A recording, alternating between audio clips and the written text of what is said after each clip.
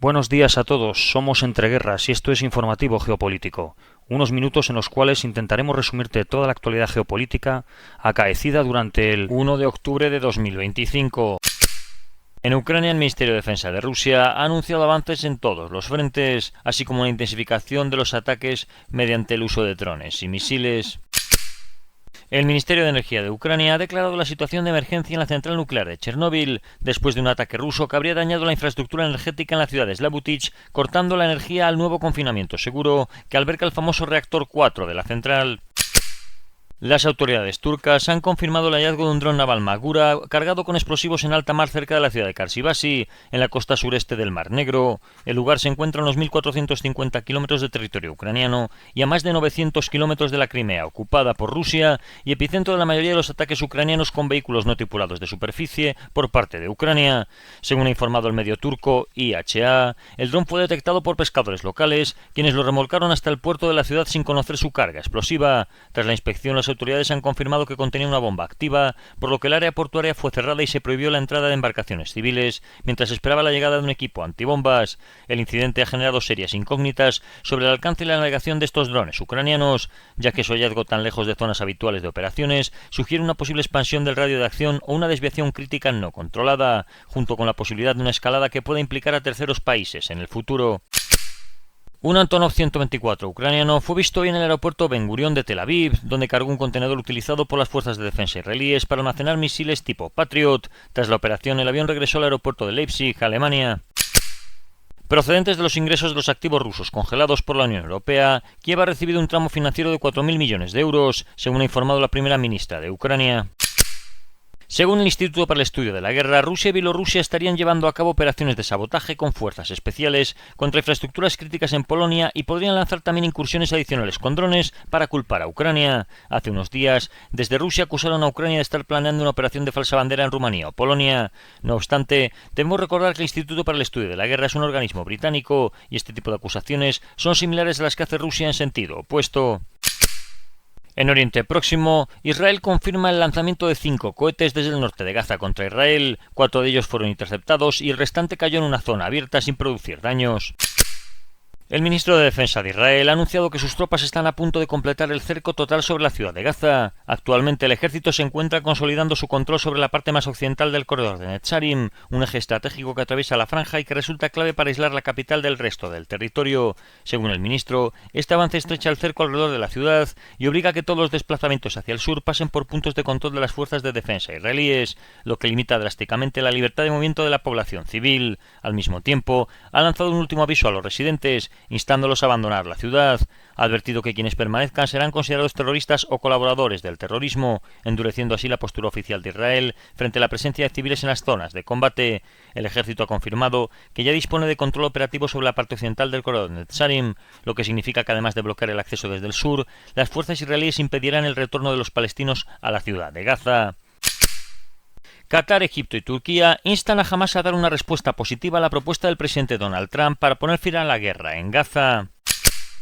En este sentido, la postura de Hamás continúa siendo una incógnita. Un alto funcionario de Hamás le ha dicho a la BBC que probablemente rechazarían el plan de Donald Trump para poner fin a la guerra en Gaza y le ha dicho a la cadena británica que sirve los intereses de Israel e ignora los del pueblo palestino. El funcionario añadió que Hamás se opone a varias disposiciones claves del plan, como el desarme del grupo y la entrada de la denominada Fuerza Internacional de Estabilización para tomar el control de la franja. Por otro lado, una fuente de Hamás le ha dicho al medio Al-Haddad que el grupo ha pedido a los mediadores aclaraciones sobre el plan estadounidense para Gaza, defendiendo su derecho a proponer cambios como hizo Israel. Según la misma fuente, Hamás exige un calendario definido para la retirada israelí, rechazando la Administración Internacional de la Franja y afirmando que los palestinos deben dirigir el enclave. También han insistido en mantener lo que denomina armas defensivas, pese a la cláusula que exige el desarme total. Después de la gran atención presentada por los medios de comunicación, la flotilla internacional que iba rumbo a Gaza ya ha sido interceptada por las fuerzas israelíes. Israel habría informado a la flotilla que se estaba acercando a una zona de combate activa y violando un bloqueo naval legítimo. También reiteró su oferta de transferir pacíficamente cualquier ayuda humanitaria a Gaza a través de canales seguros. El presidente español Pedro Sánchez ha dicho respecto a la flotilla que no representa una amenaza para Israel y que espera que Netanyahu tampoco represente una amenaza para la flotilla. Según ha dicho, desde el primer minuto ha manifestado a Israel que todos los españoles que viajan a bordo contarán con la más absoluta protección diplomática. Por su parte, la ministra de Defensa española reiteró a la flotilla el peligro que corrían entrando en una zona de exclusión marcada por Israel y argumentó que el buque Furor de la Armada española solamente entraría en caso de extrema necesidad. Los gobiernos de Grecia e Italia han hecho aclaraciones similares, aunque bastante más limitadas que las del gobierno español. En Siria, los kurdos de las fuerzas democráticas sirias han denunciado que grupos armados vinculados al gobierno yihadista de Damasco han llevado a cabo intensos bombardeos desde la mañana del miércoles contra la presa de Tirrín y sus alrededores. Según las fuerzas democráticas sirias, los proyectiles han impactado directamente en la estructura de la presa, además de afectar a las viviendas de los trabajadores y varias aldeas cercanas. Esto supone una grave amenaza para la vida de los civiles y pone en riesgo una infraestructura estratégica cuya destrucción podría provocar daños catastróficos, según fuentes kurdas. Estos responsabilizan plenamente al gobierno sirio de estas violaciones y advierten que asumirán todas las consecuencias derivadas de los ataques. También han reafirmado su derecho legítimo a la autodefensa y a proteger los territorios bajo su control frente a las agresiones del gobierno yihadista de Damasco. El ataque a la presa de Tirrín resalta además el riesgo de que la guerra en Siria escale hacia un escenario aún más peligroso al poner en la mira infraestructuras críticas de agua y energía con repercusiones tanto humanitarias como estratégicas. Erdogan ha dicho que Turquía no permitirá la fragmentación de Siria ni que se dañe su integridad territorial si fracasa la diplomacia para implementar un acuerdo de integración entre las fuerzas democráticas sirias lideradas por los kurdos y el gobierno islamista de Damasco. En Europa, los recientes vuelos de drones sobre Schleswig-Holstein han resultado ser más graves de lo que inicialmente se informó. Los aparatos sobrevolaron infraestructuras críticas y estratégicas alemanas, una central eléctrica, una refinería, un hospital en Kiel, la sede del gobierno regional, instalaciones de la empresa armamentística ThyssenKrupp, además del canal y el fiordo de Kiel. Un informe interno ha indicado que los drones siguieron trayectorias paralelas, lo que sugiere que su objetivo era cartografiar con precisión las instalaciones sensibles en la región. Los incidentes no se han limitado a Schleswig-Holstein, también se han registrado vuelos de drones en otros puntos del norte de Alemania. El jueves se detectaron sobre una base militar en Sanitz, al día siguiente sobre el mando naval de Rostock y finalmente este lunes en el puerto de ultramar de esa misma ciudad. Todo apuntaría a una actividad sistemática de reconocimiento sobre infraestructura crítica y militar alemana, lo que eleva la preocupación de las autoridades sobre la autoría y los posibles fines estratégicos de esta información. La Armada francesa ha abordado y tomado un petrolero ruso que navegaba frente a la costa occidental de Francia por formar parte de la flota en la sombra de Rusia. El jefe de Estado Mayor del ejército francés ha advertido que las fuerzas deben estar preparadas incluso desde esta misma noche para un escenario de guerra de alta intensidad, alertando sobre una posible confrontación directa con Rusia en defensa de un aliado de la OTAN en Europa del Este. Todos los centros de solicitud de visados checos en Rusia han dejado de aceptar solicitudes de visado, según un aviso de la empresa encargada del procesamiento. El ministro de Asuntos Exteriores checo, Jan Lipavsky, ha anunciado que Chequia ha prohibido la entrada de los titulares de pasaportes diplomáticos y de servicio rusos que no estén acreditados en el país. Líderes de la Unión Europea han discutido en Copenhague la creación de un muro de drones con el fin de utilizarlo como defensa frente a Rusia. Algunos primeros ministros, en especial los de Finlandia y Dinamarca, han hablado de que Rusia representa la mayor amenaza de seguridad para Europa desde el fin de la Segunda Guerra Mundial. En Estados Unidos, la administración de Donald Trump ha notificado a los líderes del Congreso una amplia expansión multimillonaria de una venta de armas crucial para Estonia, lo que incrementa drásticamente la potencia de fuego de largo alcance destinada al flanco oriental de la OTAN. Parece ser que la cifra de 4.730 millones de dólares se centra en la entrega de cientos de misiles de precisión para el sistema de cohetes de artillería de alta movilidad M142, conocido popularmente como HIMARS, un arma que ha demostrado ser fundamental en la defensa de Ucrania. El valor total revisado representa un compromiso sólido y a largo plazo de Estonia para fortalecer la defensa de sus fronteras.